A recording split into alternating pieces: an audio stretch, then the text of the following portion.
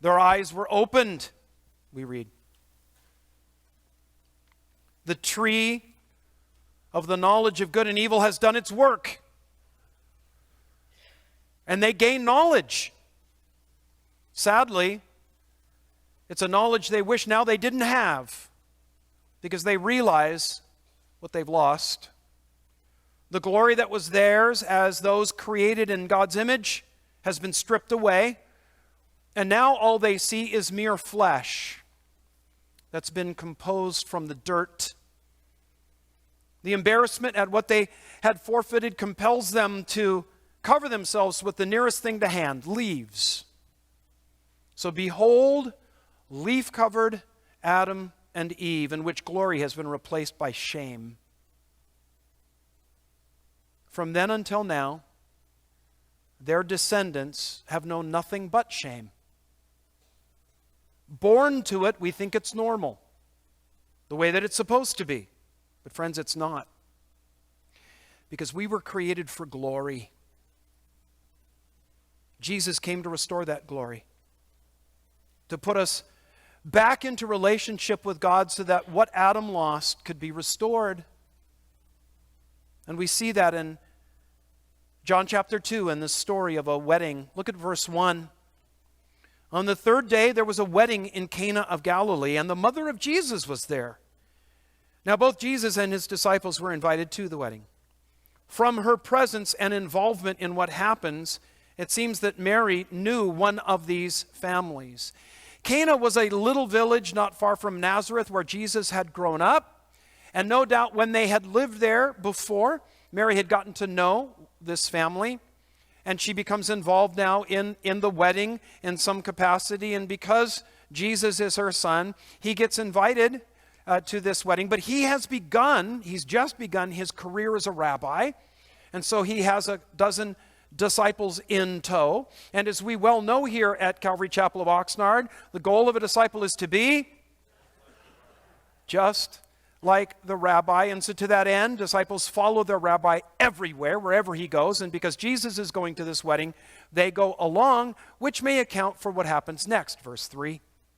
And when the wine ran out, the mother of Jesus said to him, "They have no wine."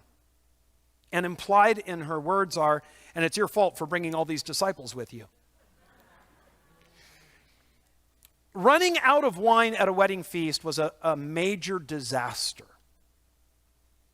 because this was one of the few times that Jews in the first century would relax and allow themselves to have some fun. You see, a wedding meant the start of a new family. A new family meant children, and children meant future. In the ancient mind, it was all about land. It was all about territory. You needed to have children to be able to pass on your estate to your house, your lands, especially in Israel where the land was given to them by God. And so when a young couple got married, they knew that that was step one in raising a family, having kids, and then being able to pass on your land and your estate to the family name, the family tradition, the family heritage. All that had been handed to you and you wanted to build up and protect and then pass off to your children. And so a wedding was a time of great celebration because it meant we have a future. It was a time of rejoicing, a time for eating and drinking, a time for games and dancing, a time for lots of storytelling. And because a wedding feast was so eagerly anticipated by everybody that was invited, running out of wine is a major scandal. It's difficult for us to relate to this, even with our own wedding receptions, because, if you go to a wedding reception and all they give you is a saltine cracker with some cheese spread on it, you can still stop at In-N-Out on the way home. It's not that big of a deal. So imagine you're going to an Eric Clapton concert. For those of you under 30, Eric Clapton was a really famous guitarist. It's going to sell out in a couple hours, and so let's say you score tickets to an Eric Clapton concert. It's months ahead of time. The day finally comes. You drive to the Forum in Los Angeles. You park your car, you get in, and as you're walking to your seat, there's an announcement from the stage: this concert has been canceled. Are you bummed? But your question is why? Why has it been canceled? Well, because the guy responsible for Eric Clapton's guitars has lost them. Now, that guy obviously is going to get fired, but what's he going to be known for the rest of his life? The guy that lost Clapton's guitars. He's never living that down. It's the air show at Point Mugu. The Blue Angels are going to fly. They're the headliners. You're like, yes! You get in the stands, you watch some biplanes do some barrel rolls. You're like, get over that. Let's go, Blue Angels! It's time for the Blue Angels. The announcer comes on. The Blue Angels will not be flying today. The mechanic responsible for keeping the planes in the air lost his tools. That guy gets a nasty nickname, doesn't he? That's all he's known by for the rest of his life. The idiot mechanic who lost his tools. Maybe that puts us a little bit in touch with the scandal that would come from getting married, having the wedding reception. In this culture, it would last all day, sometimes for wealthier people, for a couple of days. You suspend all work, all activity. You just go, you eat, you drink, you play games, you tell stories. It's a time to relax. By the way, the only time in their lives they can relax. And now you've run out of wine. And forever after, this couple is going to be known as what? The couple that ran out of wine at their wedding. Their future is ruined. This day that is supposed to be a day of great celebration and joy because it speaks of our hope for the future has just become a nightmare for them. They're never going to live it down. And that's why Mary goes to Jesus. Now, she has a lot yet to learn about her son. Over the next 3 years, she will learn about him and his mission, but she knows enough about him to know that this is the kind of thing that he cares about. And so she goes to him. Hey, they've run out of wine. Verse 4, Jesus said to her, "Woman, what does your concern have to do with me? My hour has not yet come." Note that phrase. Now, this sounds like Jesus is saying, so what does that got to do with me? But it's not really. When he says woman, understand that this is a title of great honor and great respect. It would be like us saying, ma'am. And while his response does seem a rebuff of her request for help, there was something in the way that he said it to her that tipped her off, because look at what she does. Verse 5, his mother said to the servants, "Whatever he says to you, do it." Now there were set there 6 water pots of stone, according to the manner of purification of the Jews, containing 20 or 30 gallons apiece. The rules for keeping kosher required an elaborate ritual of hand washing that required a lot of water. There's a group of people coming to this courtyard, which is where this reception would be held. There's a lot of people coming to this, and in order for them to be able to eat, they have to first clean their hands. So they would put water pots by the door. They're so big, because so much water is required, you can't have a ceramic container that's been glazed. That would be way too expensive. So they use stone, and they would carve out this stone, and they would set them there and fill them with water. And then people would come in to the courtyard. They would take off their shoes, wash their feet, and then wash their hands in this elaborate ritual. So we're going to say, average 25 gallons for 6 pots. That's 150 gallons of water. So it's a lot of water. Verse 7, Jesus said to them, "Fill the water pots with water." Because you see, the water has already been drained out because people have already washed their hands. He says, "Fill them up." And they filled them up to the brim. And he said to them, "Draw some out now and take it to the master of the feast." And they took it. When the master of the feast had tasted the water that was made wine and did not know where it came from, but the servants who had drawn the water knew, the master of the feast called the bridegroom. And he said to him, "Every man at the beginning sets out the good wine, and when the guests have well drunk, then the inferior. You have kept the good wine until now." The master of the feast was the MC. He was charged with the responsibilities of ordering everything that would take place during this wedding reception, which again could last for a couple of days. So he would say, okay, this person's going to give a speech now, and then we're going to play this game. Okay, it's time for dancing. Okay, somebody's going to tell a story. Okay, this guy's going to give a speech now. Okay, now when the feast time comes, when it's time for food, first of all, we're going to give you some figs and some grapes. And then he would announce the various courses of the meal. So because of his role and responsibility at being the one that tells everybody what's happening, he's kind of in charge. So no doubt he's been made aware the wine was running low, so that he would be forewarned. Later he could say, folks, we're so sorry, we've run out of wine. We need to switch to water now. But instead, someone brings him a cup of this fresh vintage that Jesus has made. And when he tastes it, he goes, whoa, this is outstanding. This is amazing. This is stellar. Where'd you get this?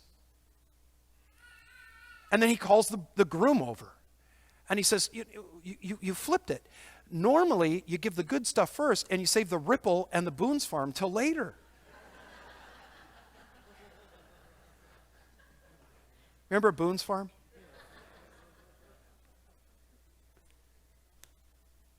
The idea is, when people's palates are fresh and discriminating, you give them the good stuff, and then after they've had a couple of glasses, that edge kind of wears. They've had some food now, it's kind of dulling the sensation of taste, and so then you bring out the chief stuff. But the MC, the master of the feast, he's had to stay temperate this entire time. Why? Because he can't let himself, excuse me, but this is the fact, get a buzz on, because he's the one that has to keep order for the feast, you see. So he's been temperate, and his palate is still there. So when he tastes this wine, he goes, whoa, you flipped it.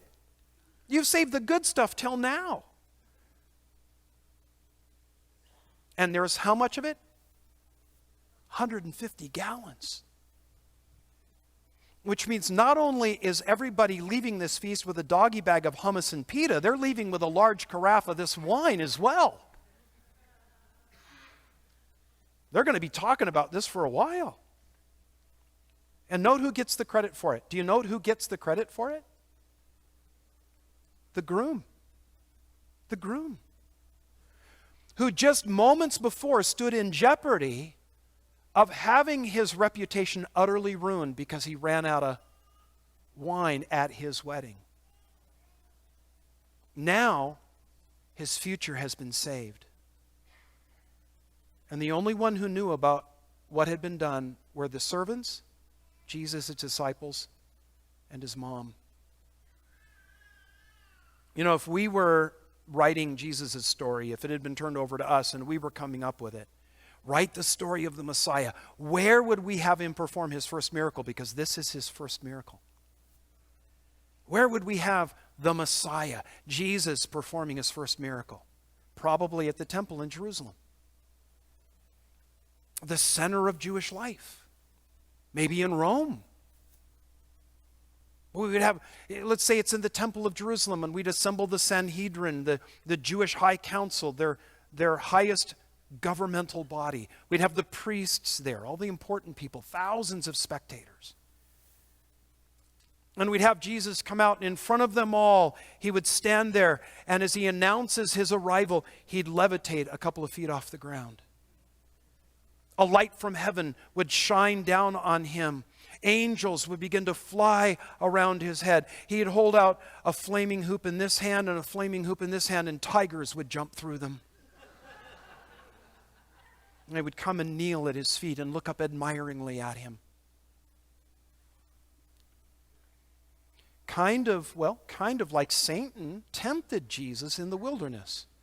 Throw yourself off from the pinnacle of the temple, because it's said in the Word of God that the angels won't allow you to dash your foot against a stone.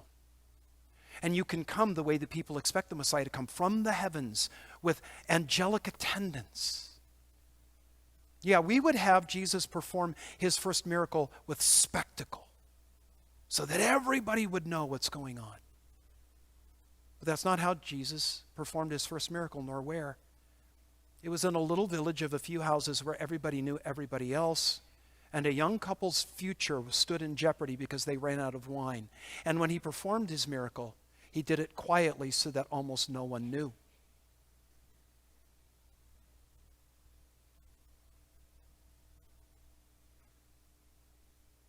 This is the perfect preface for Jesus' entire mission.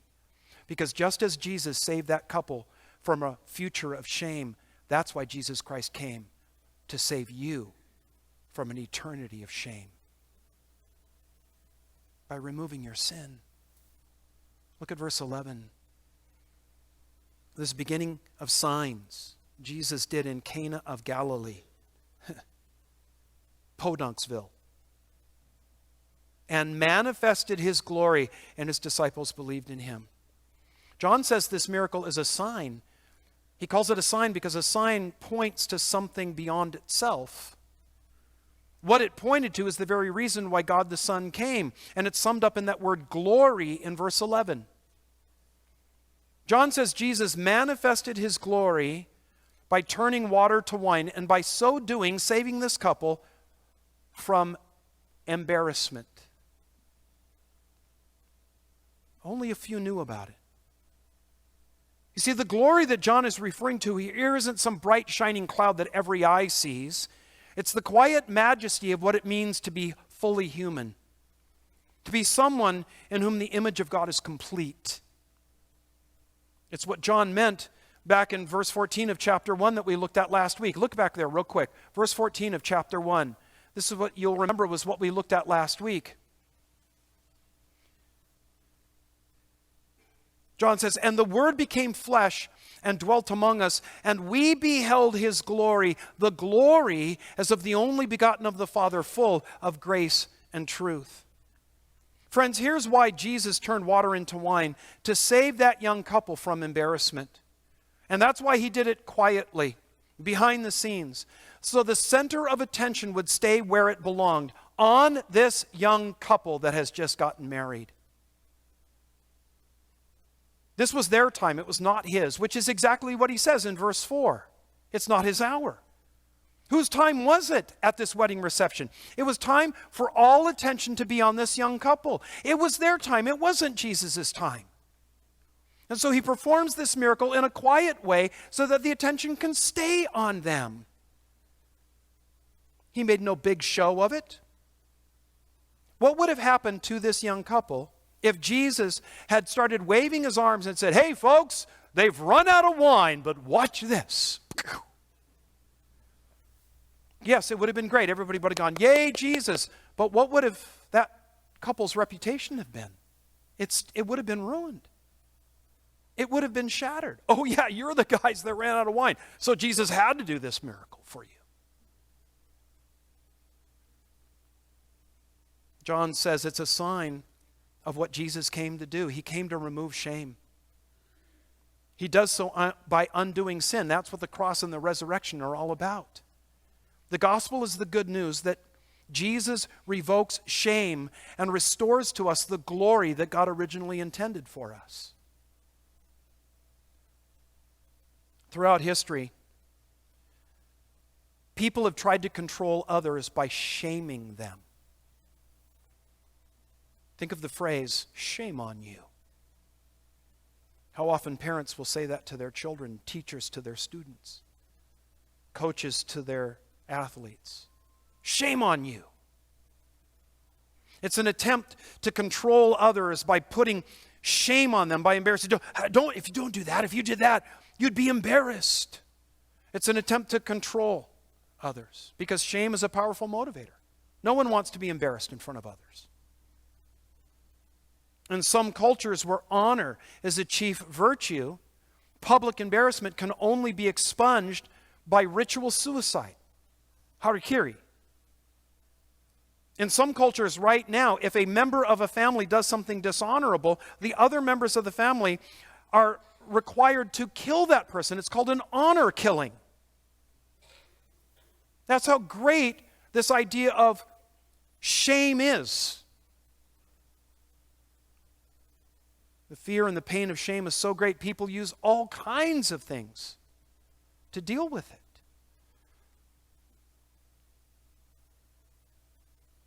For some, their shame is so great, they have turned the cause of their shame instead into something to celebrate. which is why we see the wholesale redefinition of morality that's going on in our culture today. Things that used to be shameful are now celebrated. Some seek to distract themselves from their sense of shame by immersing themselves in a hobby or sports or career. Some seek to undo their sense of shame by achievement. They think if they can just win this award or accomplish this task, it'll prove their worth and will somehow compensate for their sense of shame and not measuring up. Some medicate with drugs and alcohol. No matter what coping mechanism people use to push away guilt and its attendant shame, it's only a temporary relief. Because deep down inside every single one of us, we all realize something is wrong. Something is desperately wrong deep down inside. And what's wrong is that something is missing. And what's missing is the glory that God originally intended for us. But Adam forfeited. We began by reading. It says their eyes were open. Their eyes weren't closed before. It's just that before they fell, they were clothed in the glory of what it meant to be a human being in the image of God. But when they shattered that image by eating of that fruit, they became aware of the profoundness of what they had lost, and in embarrassment they sought to hide. Jesus came to restore that glory to us. And he does so by removing the sin that's in its place.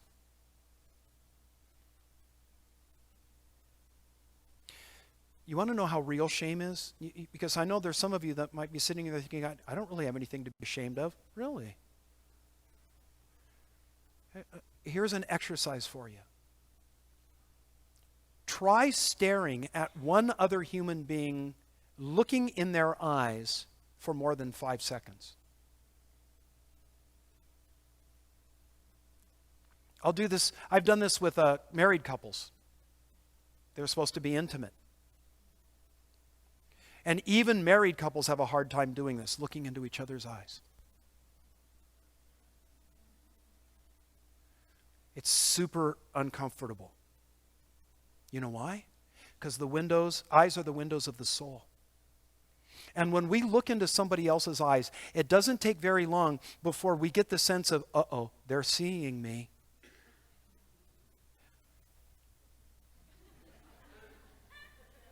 Okay, got it. And if you don't believe me, you try it.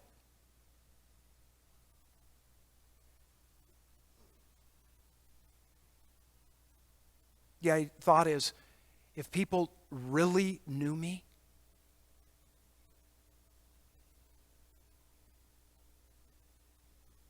God knows you. He knows you better than you know yourself. And God wants you to come fully alive. And the great glory of heaven is that when we arrive there finally, we will see God face to face, and we will look into his eyes and he will look into ours. And instead of being uncomfortable because of the work of Jesus Christ, we will know that we are forgiven and he loves and accepts us. And the glory that he always intended for us will be ours once again. And we'll look into his eyes and we'll say, I never want to look away. Satan came into Eden saying to humanity, shame on you. Jesus Christ came into our earth and said, I have come, shame off you.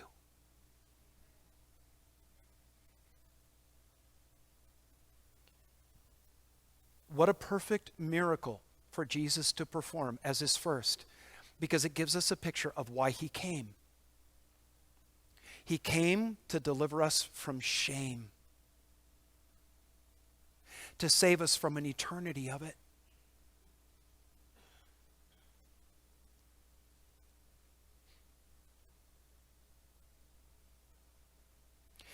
And what he did for them, he does for us. Notice that he performed this miracle quietly. God wants to deal with your shame quietly. He doesn't want to make a scandal of you and that which causes you shame. No.